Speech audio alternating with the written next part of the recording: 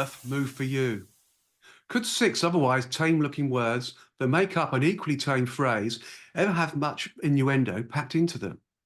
Interestingly, the term originated from a well-known book, For Whom the Bell Tolls, by Ernest Hemingway, although, as is so often the case, the actual words spoken are different to those that we all delight in saying to this day, whenever the opportunity arises, of course. In the book, Hemingway's leading gentleman is in conversation with his good lady love and inquires of her, "But did thee feel the earth move?" I bet you didn't know that, but you do now. But look, there's a link to this film short with those famous words, and it's to do with when the earth really did move for me. As well as, I hasten to add, quite a few others too. It happened whilst I was in Mexico in 2021, enjoying myself as I often did in Acapulco, in this case, the Bay of Acapulco. Mexico is a country I've got to know really well over the last few years or so. After all, I did live in Mexico City for 2 years and grew to love the city and Mexico with its fine cultures and way of life that is simple, with quite literally no rules. It isn't one that immediately comes to the tip of most people's tongue either whenever they're asked which place in the world they would rather and most like to go to and visit. But for all that, I'd heartily recommend they consider Mexico as an option. But be warned, it's not somewhere you can do in a week. Mexico is an enormous country, the 14th largest in the world to be exact.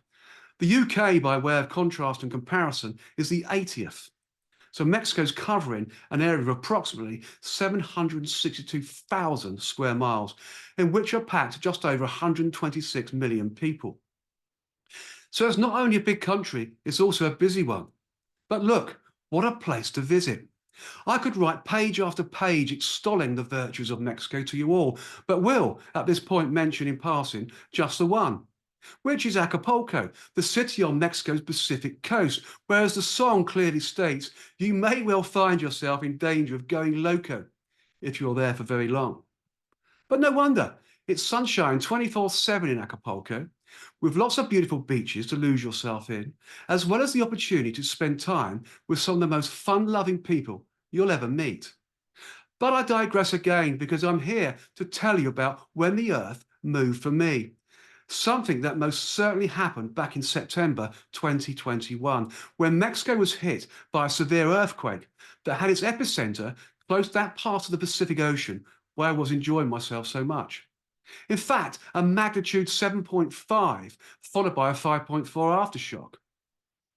I was in my hotel room at the time, and of course, if you're not used to earthquakes, and Norfolk in the UK isn't exactly renowned for them, then it takes you a little few seconds or so to register exactly what is going on, when not only the room, but the building you're in starts to shake from side to side and up and down movement too, giving you the sort of feeling you might have if you were in a box of cornflakes that someone had given a vigorous shake prior to opening it. It was a little bit of like a horror movie, to be honest. Things falling off walls and surfaces, lights flickering on and off, whilst various car and building alarms all kicked off as well, adding to the general cacophony. I was sat on my bed to start with, but then thought that it might have been a better idea for me to get out of the hotel as quickly as possible, as I was quite a few floors up and did think for a few moments that there was a very real danger and chance that the whole hotel might have collapsed. But I sat it out with the understanding that earthquakes only last for around 60 seconds, or there and thereabouts. So I counted, and sure enough, around the 60 seconds later, the magnitude 7.5 quake stopped. I was still alive, and the building still standing, but for how much longer? It is a well-known fact the impending aftershocks can create more damage. So I made my way to the main staircase, feeling not at all encouraged by the very large cracks that were beginning to appear in all the walls leading down the central staircase from the 6th floor to the ground floor.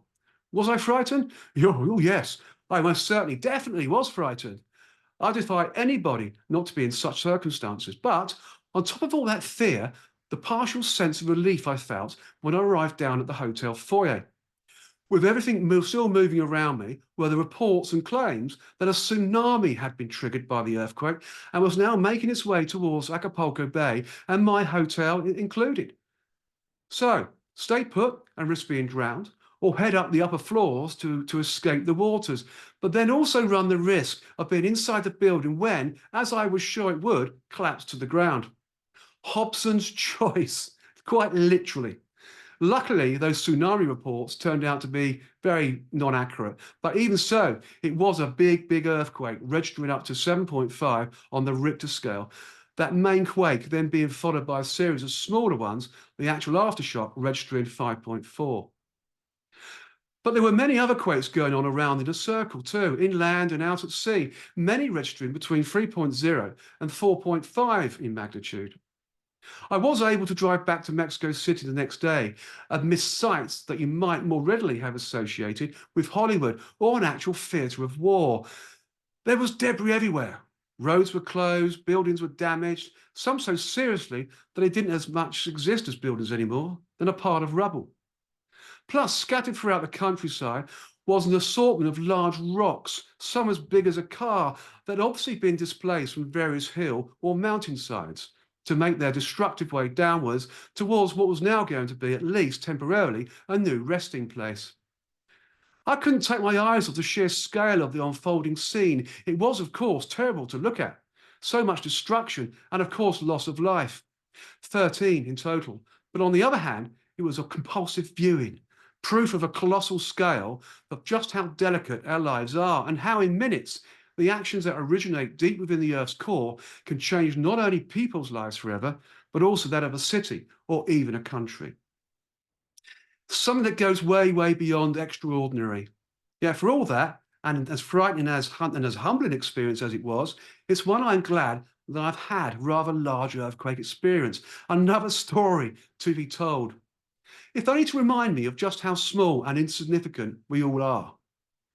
For more stories and interviews with famous people, please visit the World of Lord Russell podcast talk show, available on all podcast media platforms, and visit the Lord Russell Baker YouTube channel. And please subscribe to ensure you don't miss any amazing future shows. I look forward to seeing you all on the inside.